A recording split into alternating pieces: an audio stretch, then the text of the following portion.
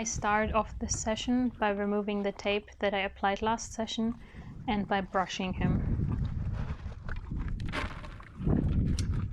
I have to note here that in this session Tsonga's ears were naturally turned more backwards because he was listening to everything that was happening behind him.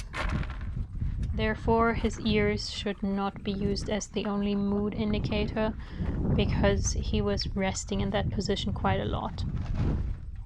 It also doesn't help that for this video I forgot to change the camera angle from wide to linear.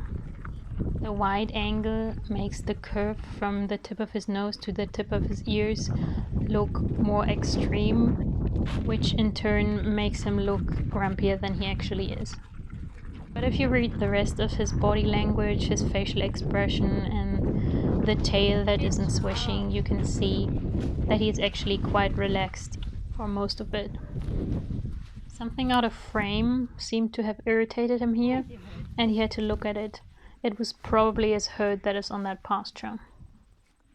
So I just simply guide him back to the mounting block, and I click here because bringing him back doesn't actually count as the start button, it's just the targeting. I slide the pad on, beginning at his withers, to introduce it at a part of the body where he's not so worried, and it works very well. He's not worried, which counts as big progress for him.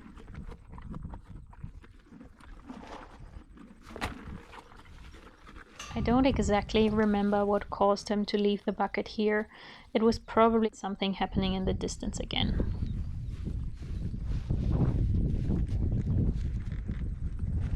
I'm not gonna ride.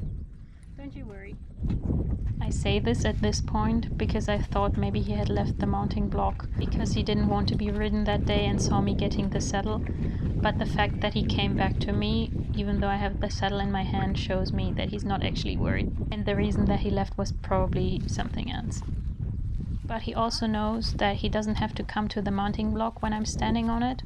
So if I had actually attempted to ride him that day, maybe he would have said no. He was definitely consenting to do more trauma work here, otherwise he would not have followed the nose target and just started eating the lush grass around him.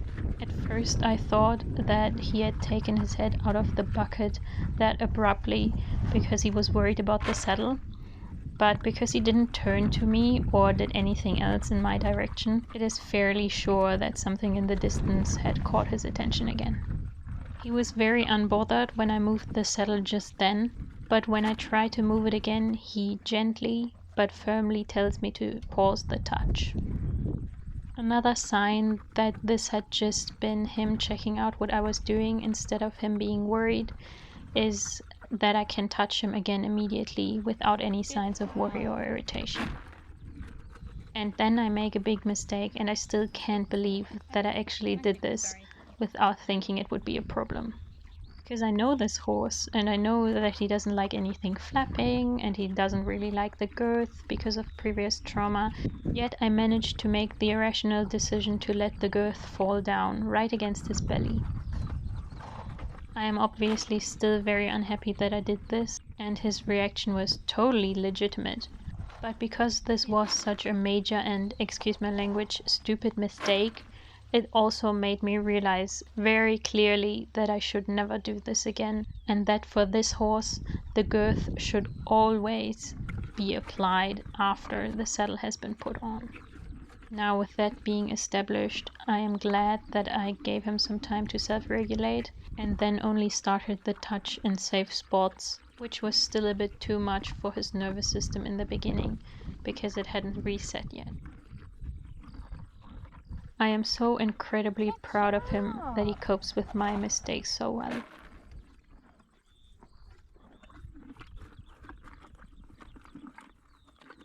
I wanted to take off the saddle at this point to remove the girth, and it's so fascinating how his nervous system can distinguish between my intention to just touch him and my intention to move the saddle.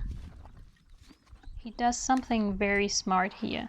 Instead of me having to think of changing the context so that he would be okay with the saddle being taken, he is the one who moves himself to the opposite side of me to tell me that his nervous system would feel less threatened if I would try it from the other side. He even tolerates my less fortunate impulse to throw the saddle over him.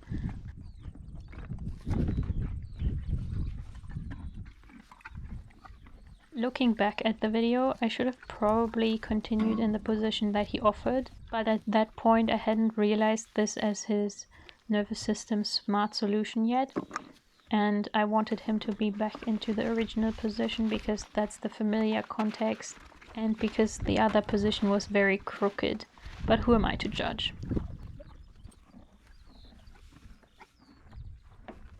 I made a controversial decision even for myself, but I wanted to continue here because I wanted to make sure that it wasn't the actual saddling that had caused this irritation, but that it had been the girth falling against his belly. Good job! And it shows that my theory was right. He doesn't have a problem with just the saddle.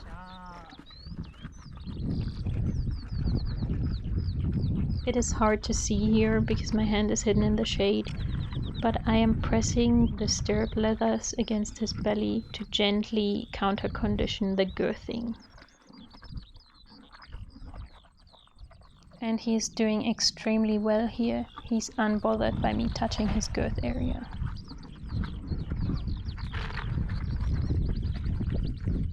Next step, I check if I can take the saddle off without any problems, and it works.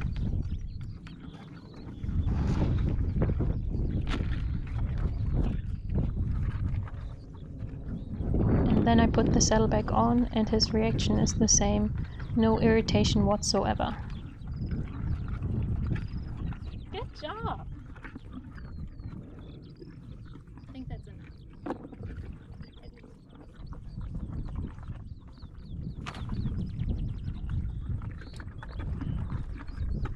Then I am testing if he is also okay with weight, which he is, and even if he is okay if I swing my leg over. And while he does take his head out of the bucket to gently tell me to stop, the fact that he isn't tail swishing or touching me with his nose shows me that he was very much okay with this.